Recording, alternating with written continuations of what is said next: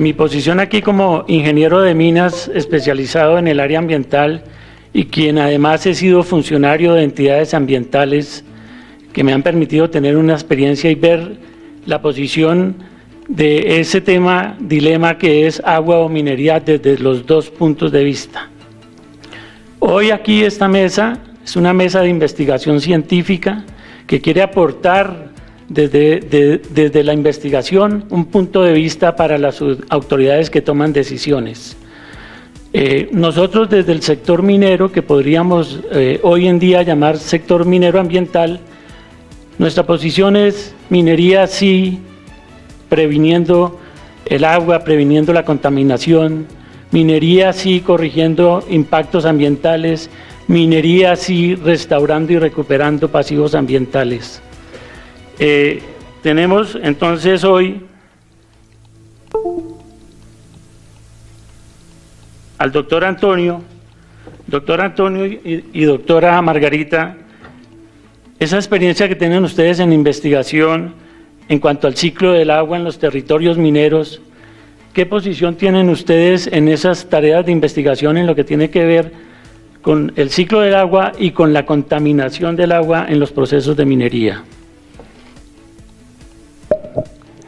Buenos días a todos y les agradezco que hayan venido y que me hayan dado la oportunidad de hacer una presentación que he preparado para el tema y que la disfruté mucho porque básicamente la historia del agua es la historia de la ciencia del mundo. Voy a continuar con la presentación. Bueno, preparando esta charla, lo primero que hice fue elaborar un esquema de lo que deberíamos hablar, ¿no? Y comenzamos, antes que nada, definiendo lo que es el agua. Yo sé que todo el mundo piensa que conoce lo que es el agua, pero me sorprendió muchísimo que durante más de 2000 años la humanidad no sabía lo que era el agua. Desde la época de los filósofos griegos, un filósofo que se llamó Empédocles fue el que definió que todo el universo estaba constituido por 5 elementos. Uno era el agua, el otro era el fuego, el aire, la tierra y finalmente el éter.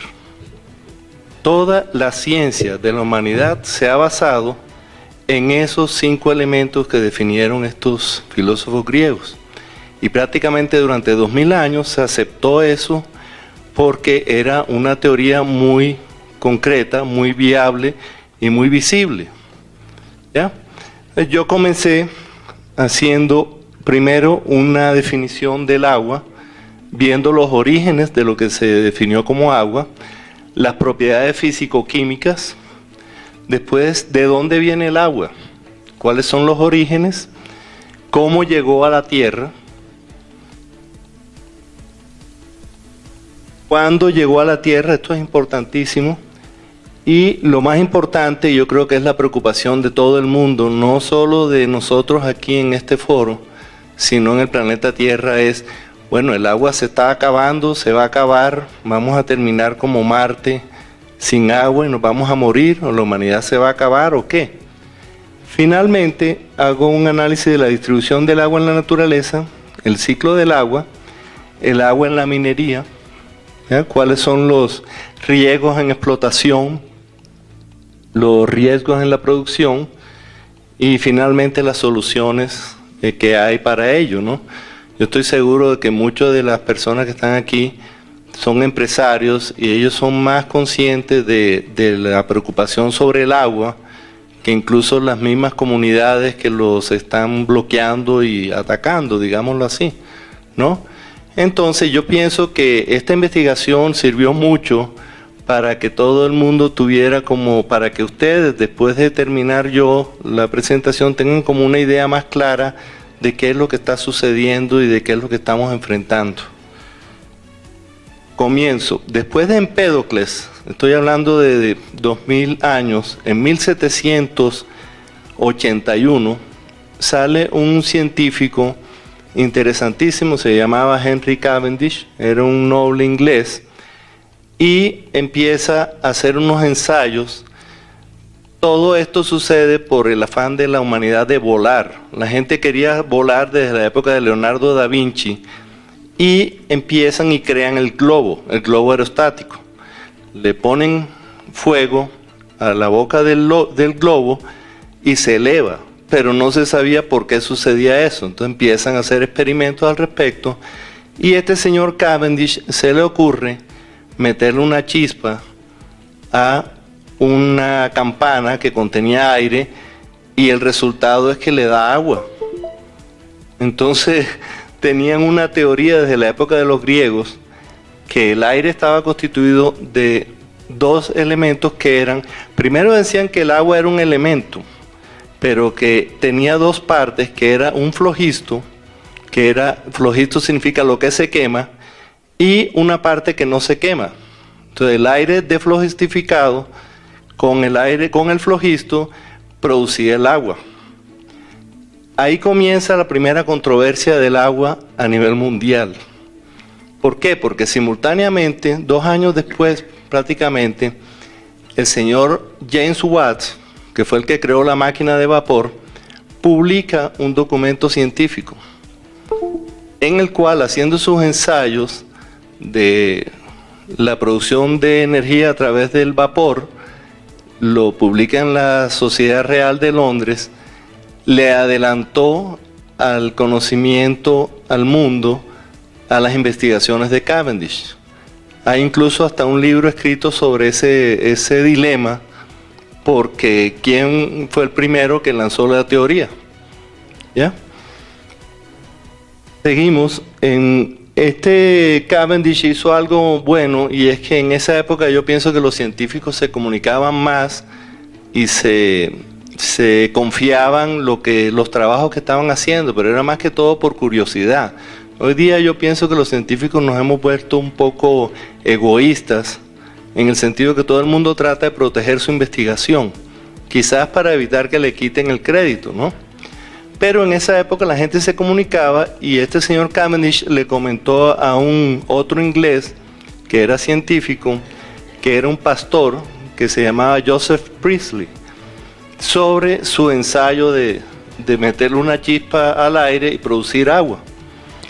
Y eso sirvió de base para que se le diera el reconocimiento anterior a James Watt. En 1783, este señor Priestley viaja a París y se encuentra con otro gran científico que fue Lavoisier.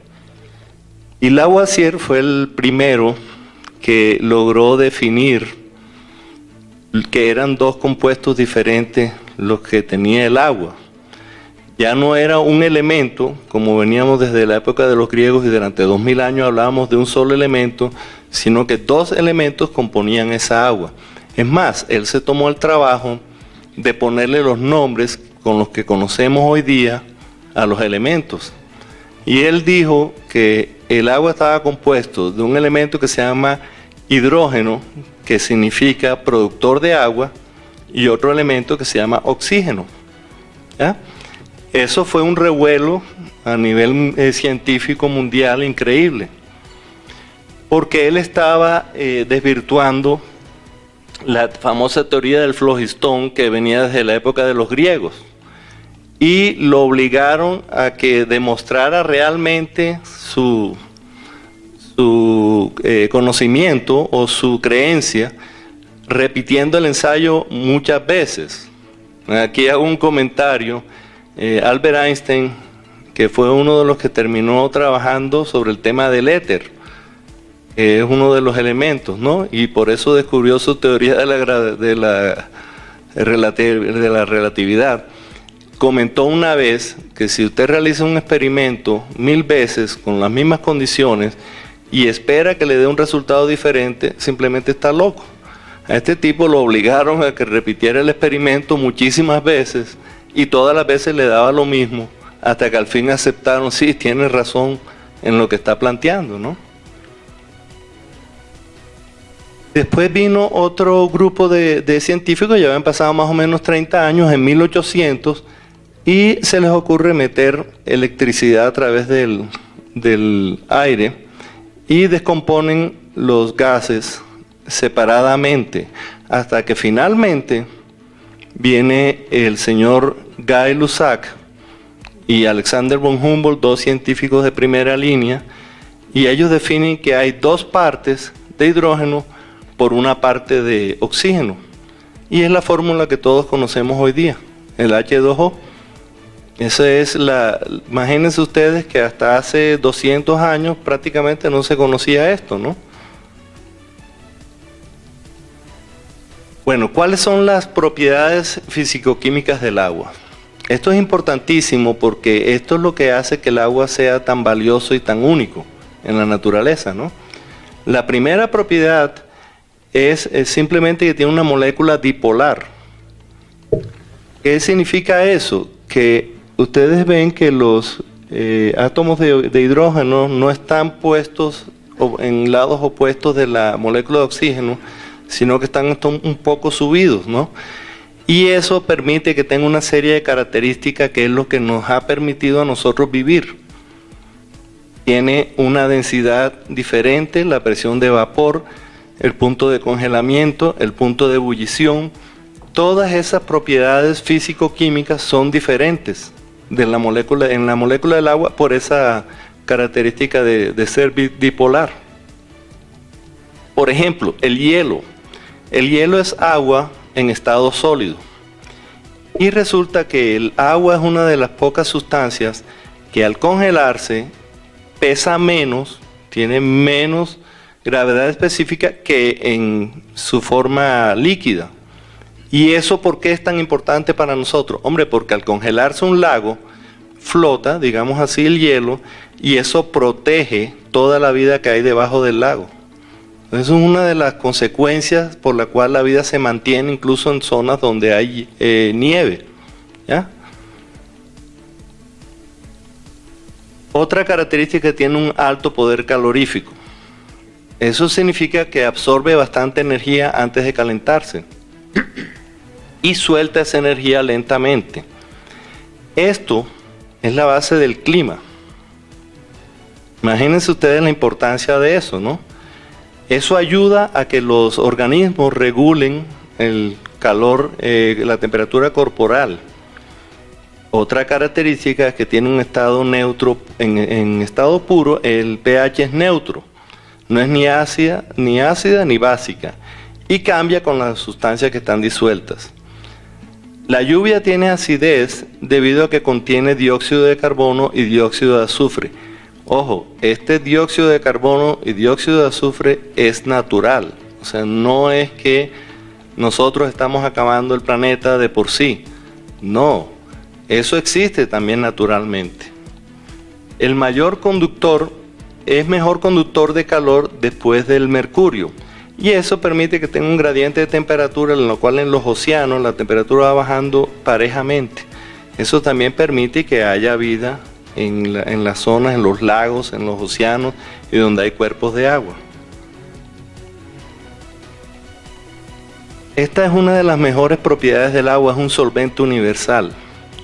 ¿Y eso qué implica? Eso implica que nosotros vivimos porque la sangre nuestra lleva los nutrientes disueltos en ella a todo el organismo nuestro y de todos los seres vivos. ¿Ah? Eso es importantísimo. Incluso en las escorrentías, cuando cae la lluvia, se forman escorrentías superficiales y se llevan los nutrientes, y eso permite que las plantas reciban nutrientes y toda la vida en la tierra reciba vida, ¿no? Reciba los nutrientes que la alimentan. Finalmente, es la única sustancia en la tierra que existe en sus tres estados físicos de manera simultánea, natural, que es en sólido, líquido y gaseoso. En los cambios de estado involucra grandes cantidades de intercambio de calor, lo cual juega un papel importante en la redistribución de la energía en la atmósfera de la Tierra. De este proceso se logra la evaporación y la condensación del agua. Bueno, ahora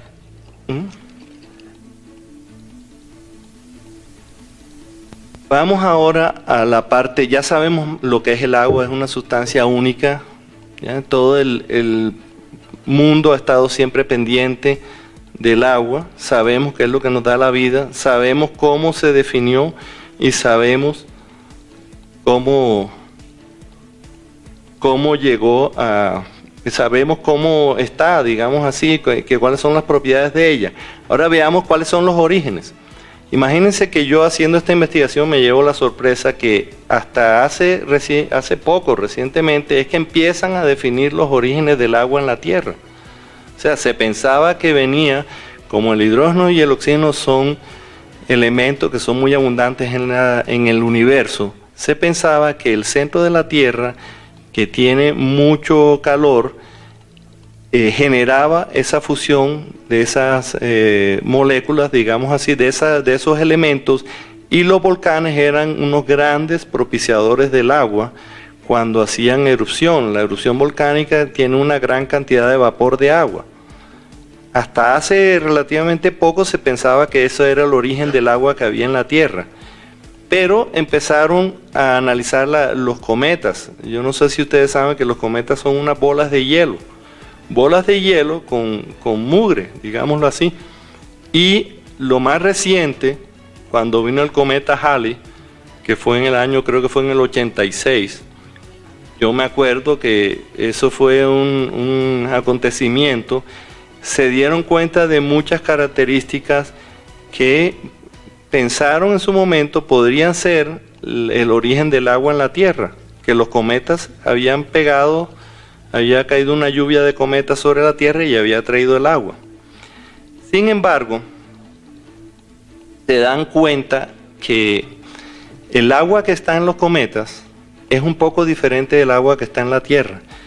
Y aparte de eso, el agua de los cometas, nosotros tenemos una peculiaridad, que tenemos dos planetas gigantísimos que son Júpiter y Saturno en la mitad del camino, y todo lo que viene hacia la Tierra, primero lo atraen estos dos y lo cogen como si fuera una onda y lo sacan de nuevo para el espacio.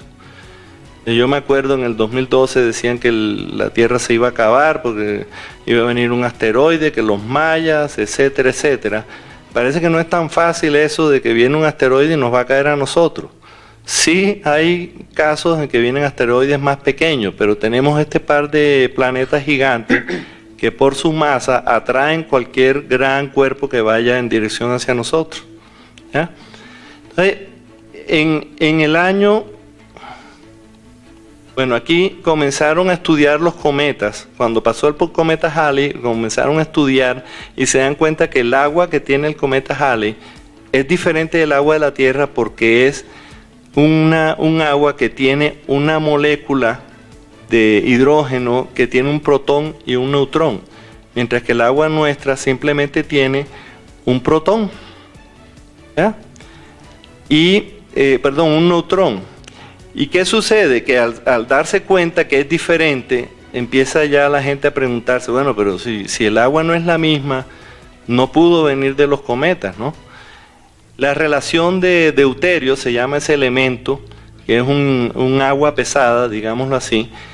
En la mayoría de los cometas es 2:1 relacionado con la Tierra. Aquí en la Tierra tenemos una molécula de deuterio cada 3.200 moléculas de agua normal, de hidrógeno normal, mientras que en los planetas es mucho más concentrado. Entonces aquí en esta parte, les pongo en esa parte se ve, la línea azul significa la similaridad con el agua de la Tierra, ¿no? Los cometas están en este lado, y sin embargo se encuentra que hay unos meteoritos que tienen agua similar a la de la Tierra. Había un problema, y es que los meteoritos no alcanzaron o pensaban que no llegaban a la Tierra porque Júpiter siempre los había cogido y los había devuelto al espacio. Entonces, desde hace más o menos 20 años, yo me acuerdo cuando comenzaron con esto, todo el mundo empezó a buscar alternativas para vivir en el espacio exterior. Incluso hay millonarios que están planeando colonias y el planeta más cercano, muy similar al de nosotros, es Marte. empezaron a hacer investigaciones sobre Marte y se llevan una gran sorpresa. ¿Cuál es esa sorpresa? Bueno, ¿por qué Marte, siendo que se formó al mismo tiempo que la Tierra, es mucho menor y menos denso? Entonces decían, bueno, algo le robó su comida al momento de formarse, porque los planetas al formarse tenían asteroides rocosos y se consolidaron, pero algo le quitó esa posibilidad, le quitó el alimento, digamos así, a Marte.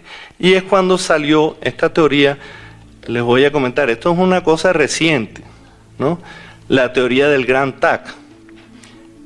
Resulta que dentro de todas esas investigaciones que se han hecho sobre los cometas y los meteoritos, en los meteoritos también se encontró agua y hubo una serie de meteoritos que están en un cinturón de meteoritos después de Júpiter que tienen la misma calidad de agua que la Tierra. Pero no había posibilidad de que esa agua hubiera llegado a la Tierra porque Júpiter y Saturno lo enviaban al espacio. Sin embargo, en la cuestión del análisis de la formación de la Tierra, se dieron cuenta, aquí está los asteroides rocosos, los asteroides con hielo. En un momento determinado el Sol atrajo a Júpiter y empezó a avanzar hacia allá junto con Saturno, pero posteriormente Saturno se retiró y atrajo a Júpiter y eso fue lo que robó la materia de la cual se formó Marte, ¿no? Entonces, al mismo tiempo, esa teoría nos da la explicación porque en ese momento, cuando estaban hacia allá, los asteroides con hielo tuvieron la posibilidad de cada 10 asteroides que se acercaban, caían en la zona donde se estaba formando la Tierra. Y solamente uno se enviaba al espacio exterior, lo contrario de lo que ocurre hoy día. Entonces, esa fue la explicación lógica, real, viable. Sí, el agua en la Tierra viene desde la formación de la Tierra, eso más o menos, estamos hablando de unos 4.500 millones de años. Gracias.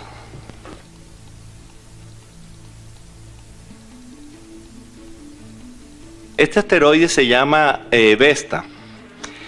Y el hecho de que pudimos estudiar una parte de Vesta que se separó, digamos así, nos permitió llegar a la conclusión que muy posiblemente el origen del agua en la Tierra es de hace 4.600 millones de años. Incluso llegaron un poquito más adelante y definieron, que es otra cosa que me llamó mucho la atención, los famosos misiones de Apolo trajeron rocas lunares y dentro de esas rocas lunares encontraron agua similar a la de la Tierra. Entonces dijeron, mira, yo no sé si ustedes sabían que la Luna se formó cuando un planeta le pegó a la Tierra. Hace 4.500 millones de años desintegró todo y al volverse a juntar, se juntaron dos cuerpos. Uno es la Tierra y el otro es la Luna. Entonces, el hecho de que haya agua similar en la Luna indica que el agua está en la Tierra desde la misma época o antes de que hubiera la colisión con el planeta que la había desintegrado y el cual se formó la Luna. Eso ya lo han llevado más o menos entre 2.570 y 2.600 millones de años. Ahora, todo el agua que está en la Tierra viene desde esa época. ¿Ya? Pregunta, ¿por qué no se va el agua para el espacio nuevamente y se acabará el agua en la Tierra? Bueno, la respuesta, esta pregunta se le hicieron a un físico y es interesantísima la respuesta porque parte de la respuesta tiene que ver con los investigadores que hablamos de hace 200 años, con Guy Lussac. Él creó su famosa ley de gases, por la cual todo el mundo lo conoce, y no todos creo que lo estudiamos en el colegio, ¿no? Que la presión y la temperatura de un cuerpo, de un gas, está relacionada directamente. PV igual a nRT es la fórmula científica, ¿no? Entonces, ¿qué sucede? Las moléculas de agua, cuando están en movimiento, generan calor y se vuelven un gas, están en estado gaseoso. Para que esas moléculas se fueran para el espacio, tendrían que tener una velocidad suficiente a medida que van subiendo por encima de la atmósfera para que puedan irse de aquí. Resulta que la Tierra tiene la gravedad y eso fue una de las cosas que de pronto Marte inicialmente tenía algo de agua similar a nosotros y quizás eso fue lo que no dejó que Marte retuviera el agua, que la gravedad de ellos no se formó en el momento adecuado. Nosotros tenemos la gravedad y tenemos la atmósfera. Entonces, ¿qué sucede? Que de acuerdo a la ley de Gay-Lussac, las moléculas de agua que están en estado gaseoso, cuando empiezan a ascender, ellas se van enfriando. Y al enfriarse, ¿qué sucede? Que se cae el movimiento. La distancia entre la parte cuando las moléculas de aire se llegan a condensar y la posibilidad de que se fueran al espacio exterior es muy alta todavía, la distancia es muy grande. ¿Qué sucede? Que las moléculas suben y vuelven a bajar en forma de nube o de hielo, en forma de agua, perdón. Y eso es el clima nuestro. Entonces, ¿qué indica esto? Y esto es importantísimo. Aquí vamos a tener agua en la Tierra, lo hemos tenido por 4.6 billones de años y lo vamos a tener por billones de años más. ¿Por qué? Porque somos un sistema cerrado. Entonces, no existe tal que el agua de la Tierra se va a desaparecer. ¿Ya? Mientras, o sea, no le veo la más remota posibilidad de que eso exista, ¿no? Eso es interesante porque yo creo que eso tranquiliza a muchas personas. Mucha gente piensa que aquí vamos a terminar como Marte y que la humanidad se va a acabar, etcétera, ¿no? Entonces, ¿qué sucede si no se va a acabar el agua? Veamos ahora cómo es la composición del agua en la Tierra. El 71% de la superficie de la Tierra es agua, son los océanos, ¿verdad?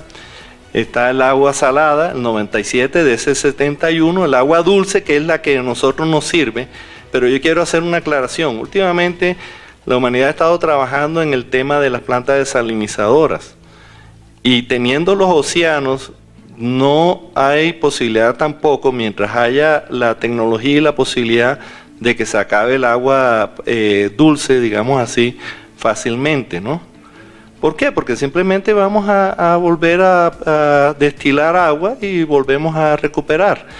Todo este diagrama que tenemos es para que ustedes vean las concentraciones de agua. De ese 3%, los casquetes polares tienen el 68%, el agua subterránea es un 30%, el agua superficial en total es el 0.3%. Y eso está dividido entre lagos, pantanos y ríos, que es lo que nosotros utilizamos. Bueno, el ciclo del agua. Ok, el ciclo del agua es importante. Ya sabemos que por el ciclo del agua es que precisamente no se va a acabar el agua, va a seguir y tenemos los cambios climáticos y todo lo que está de moda últimamente, ¿no? ¿Qué sucede en el ciclo del agua? En la presentación dijeron que yo terminé haciendo investigaciones satelitales. No soy investigador inscrito con NASA, sino adjunto, o sea, ellos no me pagan ni estoy contratado por ellos. Y nosotros comenzamos desde hace 20 años con el tema de los recursos no renovables, que son los metales o los minerales con los cuales la humanidad desarrolla cosas, los hierros, el cobre, el oro y todo eso, o sea, las minas. Los recursos minerales. El programa de los satélites de Landsat comenzó por eso, hacer una evaluación de los recursos minerales. Últimamente se ha desviado, en los últimos 4 o 5 años, porque todo el mundo anda preocupado con el cambio climático, con el acabose de la Tierra, nos hemos enfocado en precisamente el monitoreo del medio ambiente. Y esto nos permite, en el ciclo del agua, los mayores parámetros de entrada para los modelos son la precipitación, la temperatura, la humedad, los vientos, la humedad del suelo, la nubosidad, la topografía del terreno, los acuíferos y los índices de vegetación. Todo eso lo estamos monitoreando a través de satélite. Cada vez están mandando nuevas misiones Antes, por ejemplo, teníamos Landsat, tenía un periodo de 16 días entre una y otra imagen de una zona determinada. Hoy día ya estamos en 5 horas. No es Landsat, sino otros satélites que han reemplazado eso, ¿no? Estoy hablando que en 5 horas sabemos lo que pasó en una región determinada. Cada 5 horas está pasando un satélite y está tomando una lectura y enviando la información para investigaciones. Entonces, el ciclo del agua es importantísimo porque eso es lo que permite que el agua siga aquí en la Tierra, que tengamos el agua constantemente y que no haya posibilidad de que se acabe, ¿no? Bueno, ¿cuál es el problema entonces del agua? Si sabemos que no se va a acabar, no, la contaminación del agua. La contaminación del agua, el agua dulce sobre todo, que es la que más nos afecta a nosotros como seres vivos, son contaminantes físicos, químicos, biológicos y radiológicos. Los contaminantes físicos es la apariencia, incluso cuando yo estudié ingeniería civil, uno de los módulos que vimos era tratamiento de aguas. Y me acuerdo que el profesor nuestro cuando comenzó la clase dice, mira, a pesar de que creemos que tenemos mucha agua, en realidad tenemos el 3% de agua potable, ¿no? La mayor parte de las plantas que son de tratamiento de agua precisamente tratan los contaminantes físicos a través de floculantes. Y eso es uno de los sistemas de tratamiento de agua más comunes que hay. O sea, esto de pronto a la minería le achacan la contaminación física. Eso es lo más sencillo de recuperar, digámoslo así. ¿Ya? Tiene la contaminación química, está dada es natural o antropogénica. Hay corrientes de agua que pasan por ciertos tipos de roca, como en la imagen que ven a la derecha, y está la causada por el hombre, que esa contaminación, la minería prácticamente no tiene ni una, no sé cuál será el porcentaje, pero una centésima parte de eso, porque la mayor contaminación que nosotros tenemos es dada por las basuras, los lixiviados, por la erosión, ya de cuando los cultivadores echan químicos, viene el suelo, se lava, los pesticidas. Doctor, qué pena, le quedan 5 minutos. Listo. Bueno, los contaminantes biológicos, esos son los microorganismos que también son tratables. En la foto de acá vemos un nuevo fenómeno que se llama el florecimiento del alga, que eso está acabando mucho con los cuerpos de agua. ¿Y por qué está sucediendo eso? Hombre, precisamente porque hay mucho nitrógeno que viene lavado de los cultivos, la urea que le echan a los cultivos, eso se lava, termina en la quebrada, termina en el lago, y esos son nutrientes, estas algas terminan ahogando porque se mueren y acaban con la vida en los lagos. Los radiológicos son sobre todo más que eso, son lo de las plantas nucleares, ¿no? Que usan agua y esa agua tiene unos átomos que son bastante pesados. En la minería de carbón, voy a hablar rápidamente. Nosotros en las etapas de la minería, yo creo que todos la saben: la prospección, la exploración, construcción, montaje, explotación y la producción de energía. En la prospección no se utiliza agua. Yo he hecho investigaciones satelitales. Nosotros hicimos un descubrimiento con base en imágenes satelitales sin ni siquiera ir al campo hasta después de haber hecho el descubrimiento. O sea, no estamos tocando el agua, digamos así. Ahí no hay ningún tipo de riesgo. Y en eso fue una teoría nuestra. Logramos, gracias a que un tipo me dijo una vez algo relacionado con las minas de carbón a cielo abierto, que el calor que existiera, se me ocurrió analizarlo con imágenes térmicas, midiendo la cantidad de calor y contrastándolo con otras imágenes de radar donde supuestamente no debería haber calor, y descubrimos que son grandes depósitos de carbón. Entonces, en la etapa de prospección no hay riesgo. Normalmente va la gente al campo, toma muestras y regresa. En la etapa de exploración, aquí le estoy haciendo publicidad a un amigo mío que tiene una empresa, que él ni siquiera sabe que estoy hablando de él, pero su empresa está especializada en recuperar los lodos de perforación de petroleras y de perforación de trabajos de suelos, ¿no? Él usa unos hidrociclones, arandas vibratorias y eso, y esa es la queja que yo vi que pusieron cuando estaban haciendo la exploración en tal sitio, no, que dejaron unas piscinas con lodos de perforación. Yo hice trabajos de estudios de suelo y yo tenía una cuadrilla y nosotros hacíamos las perforaciones y usábamos los lodos. ¿Qué se utiliza? Se utiliza una ventonita para que cuando el taladro vaya rompiendo la roca abajo, la ventonita hace que los pedazos de roca sean mucho menos densos y floten, y tú recirculas y sacas los pedazos de roca y puedes seguir perforando el taladro. Eso no va, eso se puede tratar, existe la manera de hacerlo. Es más, el amigo mío hace ese trabajo porque él recupera las arcillas que son costosas para los mismos perforadores, ¿no? Entonces no es tampoco que se acabó el mundo porque van a meter una perforación para hacer una evaluación geológica, ¿no? En la etapa de construcción y montaje, sí, eso no, yo creo que no tiene nada que decir.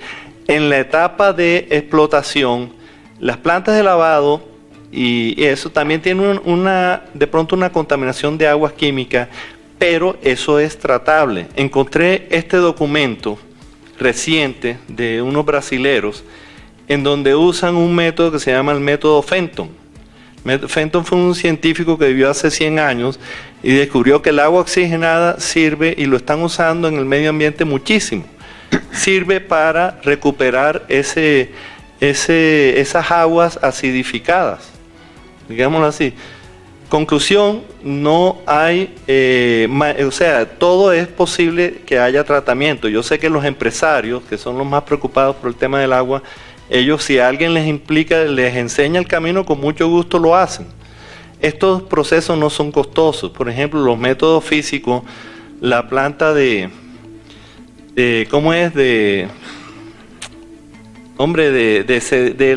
acueducto de la ciudad de Cali y el acueducto de París, se llaman unos filtros de arena lento. Y ese es el método más barato y más común de la historia de la humanidad. Las Naciones Unidas lo recomienda para limpiar las aguas. Es fácil de construir, no es costoso y limpia todo lo que es los contaminantes bacteriológicos, los contaminantes físicos y creo que hasta cierto tipo de contaminante químico. Volviendo allá al final, esta es la última diapositiva. Al carbón le echan también, entonces, la gente tiene el cuento de que el carbón es el causante del cambio climático. ¿Por qué? Porque el CO2, que es el gas efecto invernadero, que es el que está causando la mayoría del dolor de cabeza, tiene carbono y la gente relaciona el uno con el otro, pero eso es otro tema, eso es otra charla, que es el ciclo del carbón. Así como existe el ciclo del agua, existe el ciclo del carbón, y todos los seres vivos somos parte de ese ciclo. O sea, el carbón no es el único ni es el mayor productor de CO2, digámoslo así, ni los combustibles fósiles. ¿Ya? Bueno, yo creo que hasta aquí llega mi intervención. Espero que les haya servido, que les haya aclarado el panorama del agua en la tierra y el agua en el tema minero, ¿no? Muchas gracias. Gracias, doctor. Doctora, por favor.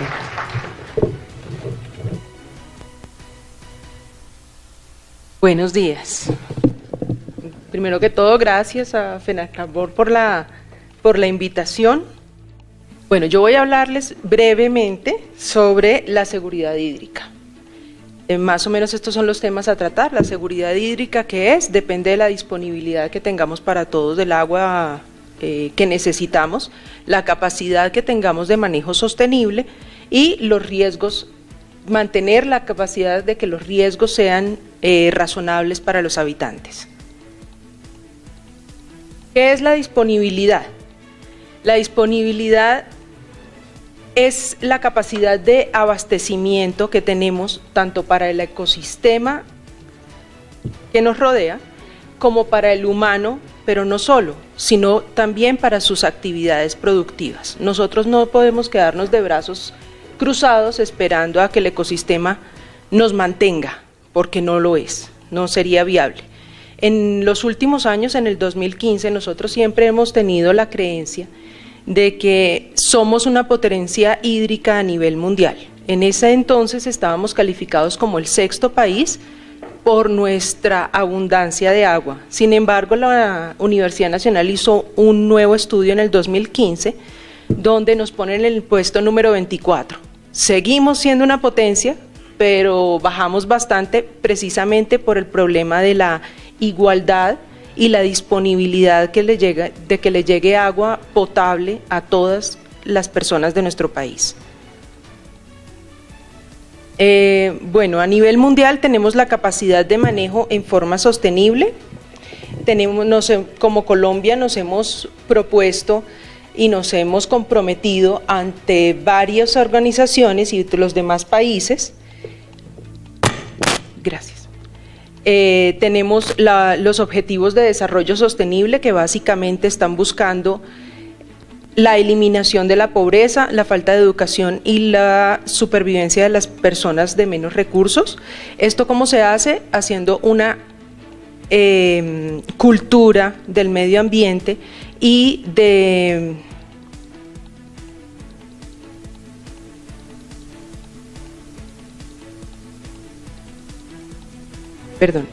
una acción del clima para prevenir las inundaciones, las sequías y los desastres naturales.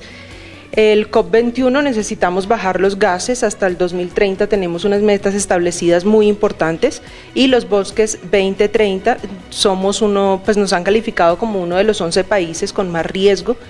Por ejemplo, en Colombia está demostrado que cada hora perdemos el 20 hectáreas de bosques. Para eso tenemos muchos acuerdos y muchos planes en este momento. Se ha invertido mucho dinero en eso. En esto necesitamos hacer un seguimiento. Esto lo pongo simplemente para decir que nosotros podemos hacer el seguimiento fácilmente e inmediato de la cobertura forestal, recursos hídricos y biodiversidad. Eso lo manejamos frecuentemente y tenemos los medios. Ahora sí entremos en el tema. ¿Quiénes usan el agua en Colombia? Se ha dicho que los hidrocarburos y la minería son unos de los grandes gastadores del agua. Sin embargo, viendo estos porcentajes, que no los digo yo, los dice ISAGEN en un estudio en el 2014 en el IDEAM, con el IDEAM, mira que los hidrocarburos son el 1.6 y la minería, toda ella, el 1.8. Obviamente, toda esta agua no está contaminada, simplemente se usa y se recicla. Sin embargo, miren, el estudio dice, el uso doméstico tenemos un 8.2, esa agua sí sale contaminada y no estamos haciendo mucho para potabilizarla. Y no tengo que hablar de la energía y de los agrícolas que no la usan y sin saberlo están contaminando mayormente el agua. ¿Qué problemas existentes tenemos hoy? Hombre, el número 1, la tala, no solo a nivel hidrológico, sino de gases. Esto libera mucho CO2 y nos impide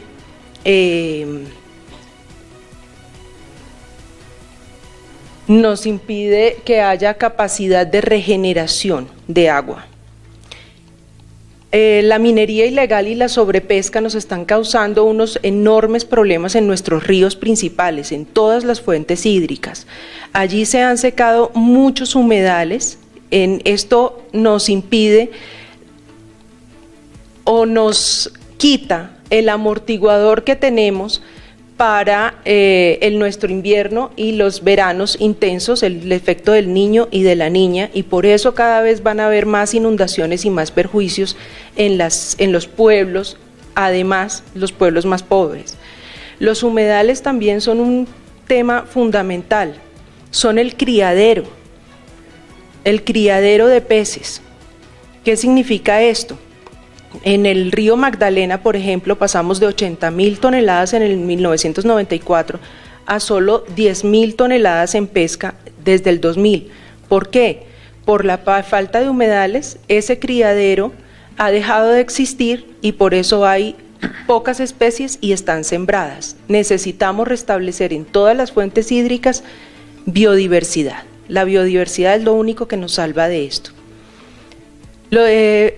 La mayor parte, como decía, las aguas domiciliarias e industriales tienen una gran capacidad de contaminación. No estamos reciclando en la fuente, necesitamos todos ponernos las botas de trabajo y hacerlo en nuestras casas, ser responsables de la contaminación que causamos. Para esto, en los municipios, pues necesitamos hacer también una buena misión en reciclaje, separación, en la separación de las basuras y tratamiento de vertimientos. Aquí en la parte de abajo les muestro lo que pasa más o menos en un relleno sanitario con los lixiviados. Ellos, por más que los tratemos de contener, se siguen produciendo y realmente van casi inmunes a nuestras fuentes hídricas.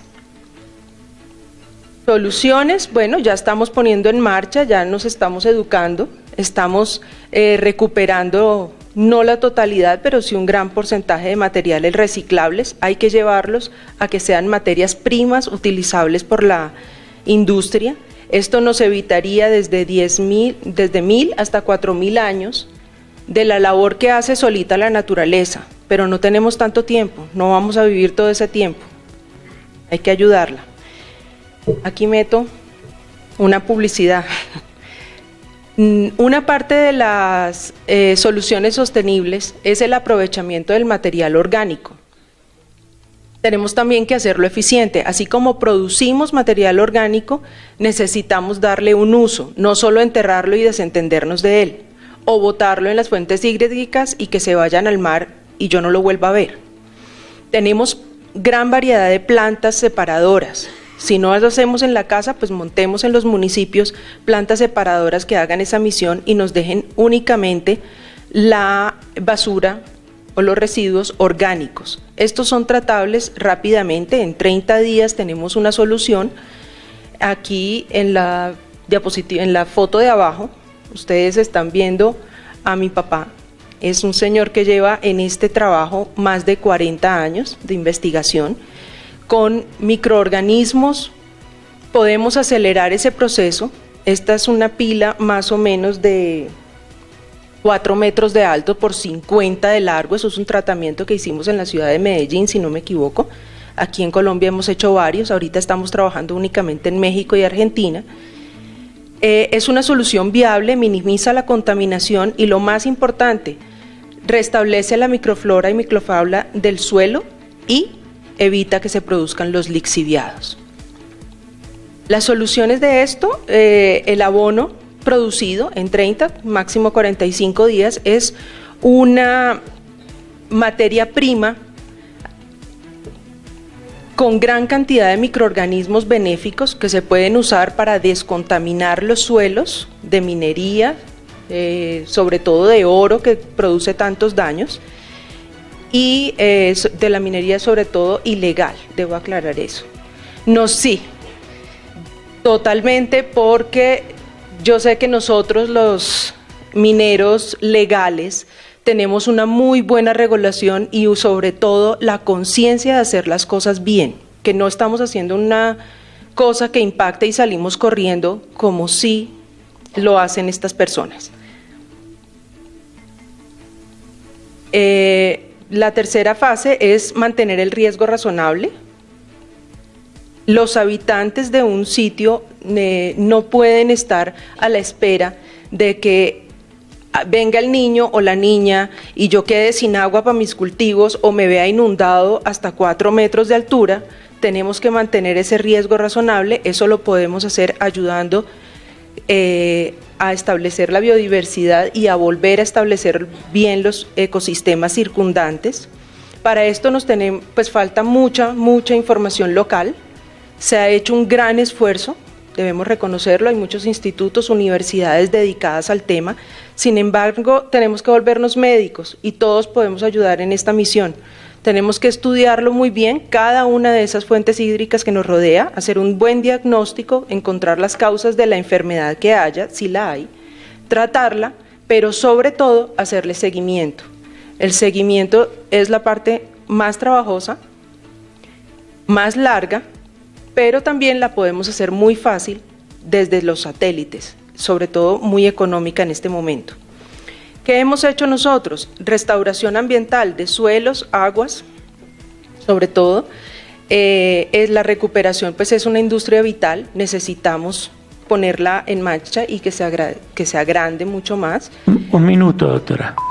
Nosotros aquí, por ejemplo, les muestro este caso, hicimos en el Parque Bicentenario, esto es en la mitad de Ciudad de México, hubo una empresa petrolera cuyo daño, además el petróleo no es que no sea limpiable, sino que es muy visible, al igual que el carbón, qué pena, es negro. Entonces es demasiado visible. Nosotros recogimos, hicimos la recuperación junto con el doctor Jorge Rodríguez. Hoy día en ese sitio está el suelo recuperado y hay un parque público. Allí hay una placa, ese es el árbol del presidente, lo acaba de inaugurar hace 6 meses más o menos. Bueno, la restauración ambiental, la recuperación de aguas es vital. Tenemos muchos métodos, como Antonio ya lo mencionó, existen las PETAR, existe nanotecnología muy importante, existen plantas excelentes, existen microorganismos. Hace poco, creo que 1 o 2 meses, la Javeriana acaba de patentar un biofiltro que ayudaría para quitar jabones y otro tipo de contaminantes. Además, se puede derivar en que el agua que recuperemos de allí tiene unas diversas calidades. Podemos entregársela a las industrias o podemos entregársela potable a la gente nuevamente o para vertimientos. Son calidades diferentes. Aquí pongo Daphnia, este animalito se llama Daphnia. Con truchas y Daphnia hemos hecho laboratorios de calidad. Y para terminar, la recuperación de terrenos, ya les puse el ejemplo aquel, pero generalmente la recuperación es muy fácil, a veces solo es falta de aireación y de meter los microorganismos indicados para que vuelva a recuperar su vida, porque el suelo es vida. En la biorremediación el problema es que es muy lenta, pero es la más duradera y es la que cuesta menos. Conclusiones. Sí podemos, seamos responsables de todos los daños que causamos al ser personas que estamos consumiendo recursos, al ser humanos productivos y después de las labores mineras, pues recuperemos el suelo y las aguas, es fácil, existen los métodos, seamos un gremio pionero, eso es lo que quiero más que todo hoy transmitirles, un gremio pionero que se dedique a restaurar la biodiversidad y los ecosistemas en Colombia y el objetivo debe estar enfocado a eso en nuestro país. Si hacemos eso, tenemos la mejor publicidad de ahora en adelante. Muchas gracias. Gracias, doctora. Está con nosotros nuestro alcalde de Betas. ¿Quién más que él para que nos cuente la controversia agua-minería? ¿Qué ha dejado en la región? ¿Cuáles son las lecciones aprendidas, alcalde? Mi doctor, muy buenos días al auditorio. Yo venía preparado para una conversación de preguntas, contestar unas preguntas que usted iba a dirigir aquí a los panelistas y tener una conversación con quienes acaban de exponer, pero cambiaron un poquito la dinámica. Primero quiero presentarme. Soy hijo de campesino agricultor, soy minero de toda la vida, soy residente del páramo de Santurbán, soy el alcalde de Betas, que queda en el páramo de Santurbán y es el municipio con mayor altura en el país, y soy ambientalista de hecho, no de palabra ni de micrófonos. Soy alguien que cuido el medio ambiente. Cuando me invitaron y me dijeron a este panel y me hablaron de minería y agua o agua y minería, les dije sí. Si me hubieran dicho vamos a hablar de agua o minería, les había dicho no, porque es que deben las dos estar de la mano. Aquí no podemos crear disyuntivas, crear cosas que no pueden ser. Si ustedes miran hacia el techo, hacia el piso, a sus alrededores, al frente o lo que tenemos vestido, es minería. Y ahora, las personas que se hacen llamar ambientalistas, que yo las llamo antimineros, utilizan el vocabulario popular para satanizar nuestra actividad económica, poner picota pública y castigarnos como los malos del paseo cuando no es así. Ya tuvimos la primera ponencia aquí, muy hermosa, de dónde viene el agua, cuándo llegó a la tierra, qué tal, y nos dijeron que no se va a ir. Entonces no nos asustemos, el agua va a estar aquí y va a durar más que nosotros. Llegó mucho más antes y se va a ir mucho más después que nosotros, ¿cierto? Aquí el agua que yo estoy consumiendo, más tardecito llega nuevamente a la naturaleza. Tenemos es que saber tratarla para que siga corriendo. Por ahí decía mi papá, el agua que no has de beber, déjala correr, y así es, ¿cierto?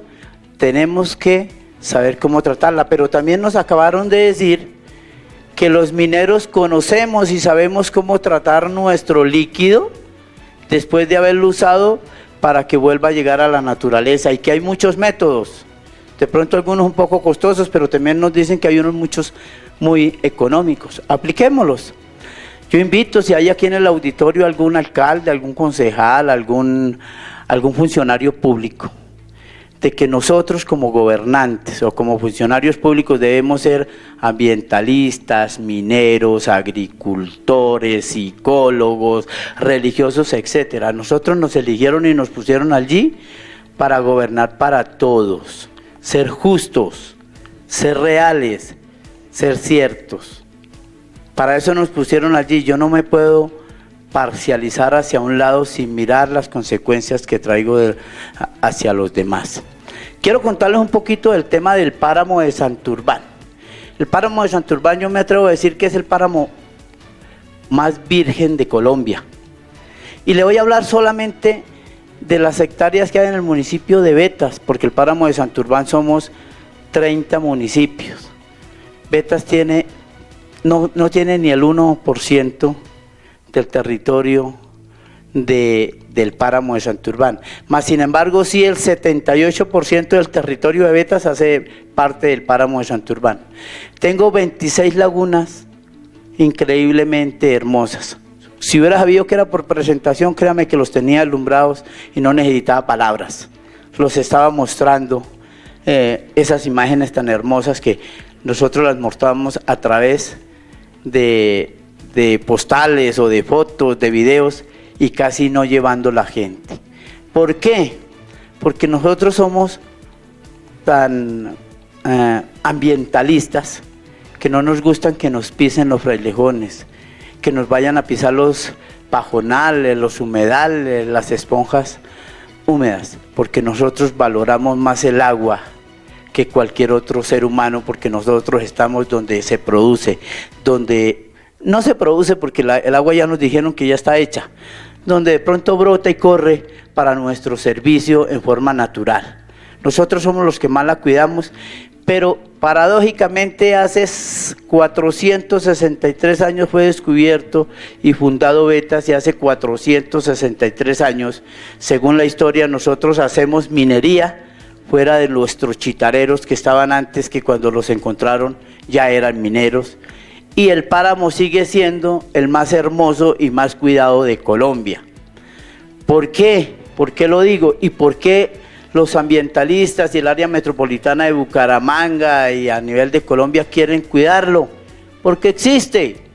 Si los mineros que estamos allá no lo hubiéramos cuidado, pues no existía, fácilmente no habría que cuidar.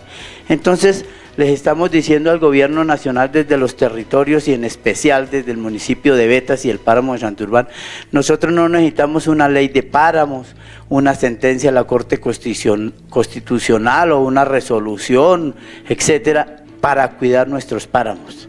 Nosotros necesitamos es capacitación para organizarnos y organizar el territorio y organizar nuestra minería. Hoy en día puede tener y tiene riesgo el líquido para el área metropolitana, no por la minería, porque nosotros siempre hemos sido legales y hemos sido cumplidores de las leyes colombianas, de las normas que nos rigen. ¿Por qué hay riesgo? Porque nos están delimitando, ya tenemos una delimitación y quedó el 78% del territorio en el páramo. Tenía un desempleo del 4 o 3%, una vez se delimitó el páramo, se me subió al 82% en los hombres y al 96% en las mujeres. Es decir, tengo 40 mujeres empleadas y esas empleadas las tengo es en la administración municipal. Y tengo 250 hombres empleados en las minas. Y hay un desempleo que si lo juntamos entre hombres y mujeres llega casi al 90% y el gobierno se vanagloria diciendo que tiene un desempleo de 2 dígitos. Pues Betas está sufriendo las consecuencias de las malas decisiones que ha tomado el gobierno nacional. Ahora sí, voy al grano. ¿Por qué está en riesgo el agua de Bucaramanga? Por ese desempleo que tengo, que lo que hace es llevar es a una minería ilegal, destructiva, contaminante. Nosotros hemos sido tan aplicaditos que hace 2 meses implementaron la ley de 0 mercurio en la minería. Hace 2 meses. Nosotros llevamos 10 años haciendo minería sin mercurio. Duramos 10 años en un proceso que nos apoyó un poco el gobierno y eliminamos el mercurio de la minería de oro en Betas. Y en esos mismos 10 años bajamos de utilizar de un 100% el cianuro a un 20%. Y ya hay una empresa minera en el municipio que eliminó la utilización del cianuro. Nosotros podemos hacer minería compatible con el medio ambiente. Pero estas situaciones lo que han llevado es al desempleo y cuando a uno le tocan el estómago o el estómago de los hijos, reacciona. ¿Y cómo reacciona? Buscándose el sustento para darle de comer a los hijos. Y no hay más otra cosa diferente para hacer en Betas que minería. ¿Por qué? Porque Betas tiene una topografía de más del 70% en todo su territorio dependiente. Es decir, allá, y como decía mi papá, para que nacieran mis hijos yo tenía que amarrarlos de una patica a la cama para que no se me rodaran porque es muy pendiente. El clima está entre los 4 y 8 grados. No producimos sino papa. La papa también nos la quitaron, la producción, papa o cebolla. No vamos a poder producir más y en esas pendientes por ahí para coger, no para producir y mantener una región. Hay una ventana que se llama ecoturismo y a lo que nos quieren apuntar los ambientalistas. No tenemos visión, ni cultura, ni dinero para hacerlo y además somos ambientalistas. Tanto nos han nombrado a nivel departamental, nacional e internacional que está llegando la gente en forma insostenible. Y curiosamente se llaman ambientalistas o se hacen llamar ambientalistas y llevan toda la comida del área metropolitana y nosotros después de que ellos salen nos toca irnos a recoger el desaseo y el desorden que dejan en el páramo de Santurbán. Llegan a bañarse a las lagunas cuando jamás dirán que los parameros no se bañan. Si nos bañamos en la casita y con agua abrigadita, somos cómodos, vivimos cómodos. ¿Se me acabó el tiempo? No, oiga, regálenme otro tiempito, es tan amable. Entonces les estoy diciendo, nosotros podemos y somos capaces de hacer minería compatible con el medio ambiente. Tenemos que salir a defender nuestra minería. Aquí hay una paisana que me está acompañando, no sé si alguno de ustedes estuvo ayer en la comisión quinta de la Cámara de Representantes que estaban hablando aquí cómo reglamentar la ley de páramos, que para mí es una ley muy mal hecha. Se necesita una ley, pero bien hechecita desde el territorio. Y ella nos dijo, y nos dijo en una forma bastante folclórica, dijo, si los hombres no defienden la minería, no se ponen los calzones, nosotros nos la vamos a poner para defenderla. Entonces yo digo, no, unámonos. Necesitamos también las mujeres para que defiendan la minería. Pero hagámoslo de verdad desde el territorio, de ustedes que son mineros. Yo estoy hablando aquí de oro y de plata, pero la minería en el territorio colombiano es muy variada. Aquí en Boyacá en especial es del carbón. Llamamos extraer el carbón minería, pero hoy nos dijeron que el carbón no es un mineral, que es un árbol ya petrificado. Ya nos dijeron que era una roca, ¿cómo fue la palabra? Una biorroca, ¿cierto? Y lo llaman minería. Tomar agüita es minería, ¿o qué es el agua? Nosotros la llamamos mineral, ¿cierto? Entonces todo en la vida está alrededor de la minería. No hagamos caso del radicalista o del populismo o del ideólogo que se hace llamar ambientalista. Entonces yo le digo al que es tan radical, nos está robando oxígeno con respirar. Toda actividad humana, toda causa un impacto ambiental, ¿cierto? Y todos lo sabemos. Entonces no seamos tan radicales, más bien unamos esfuerzos, lleguemos a puntos de equilibrio para mantener el medio ambiente, para hacer nuestra minería y para hacer nuestra vida más agradable. La minería, ¿por qué se hace? Porque nosotros queremos estar cómodos y cada vez mejor y tener mayores tecnologías. Sigámoslo haciendo, cuidando nuestro medio ambiente, por supuesto. Pero el mensaje que les quería traer, aquí no se pueden traer disyuntivas como agua, sí, oro, no, como minería o agua. Aquí no se puede traer eso.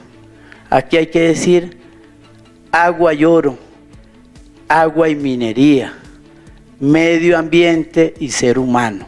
Porque es que están desconociendo, por proteger un páramo, están desconociendo de que allá vemos nativos que lo hemos cuidado. Yo les digo, si no estuviéramos nosotros allí, el páramo de Santurbán no fuera tan lindo, no estuviera tan cuidado. Si nos llegan a quitar la minería, estoy seguro y se lo digo aquí públicamente al Estado y a los mineros, si nos llegan a quitar la minería en el páramo de Santurbán van a causar una catástrofe ambiental y una catástrofe social y económica, y sí le van a perjudicar el suministro de tan preciado líquido al área metropolitana de Bucaramanga. También es falso que la minería que se hace en Sotonorte, que es en Betas, California y Suratá, esté afectando de alguna manera, así sea una gotica de agua para norte de Santander. Es falso. La minería que estamos haciendo allí, que ha sido pequeña minería, que ha sido ancestral de 463 años, dista de las lagunas y de los corrientes de agua que van para norte de Santander a kilómetros de distancia. Cuando ustedes ven en internet o en televisión de que le están echando volquetas de cianuro a las lagunas del páramo de Santo, son montajes. Es difícil. Yo los invito, pero tendrán que caminar 2-3 horas de mi casco urbano hasta cada laguna y con un cosito de oxígeno a las espaldas para que puedan subir. Yo sí camino así y camino todos los días mi páramo de Santurbán y es muy hermoso. Quiero invitarlos, pero decirles, somos agua, pero también somos minería. Somos vida, y vida no solamente biótica, sino vida humana. Ese es como el mensaje que quería traerles. De verdad que me encanta venir a estos foros, hablar de minería, pero también hablar de medio ambiente y hablar de agricultura, aunque no la conozco mucho, también se tiene que hacer porque de eso vivimos. Yo le decía al presidente en el Socorro hace 20 días, lo que ve debajo suyo, encima y alrededor es minería, lo que tiene puesto es minería, pero sus mejillas, su cabello, sus manos es ganadería y es agricultura. O sea, nosotros no somos independientes de esos temas y no podemos acabarlas porque estaríamos acabando con nuestras propias vidas. Muchas gracias, feliz día. Muchas gracias, alcalde.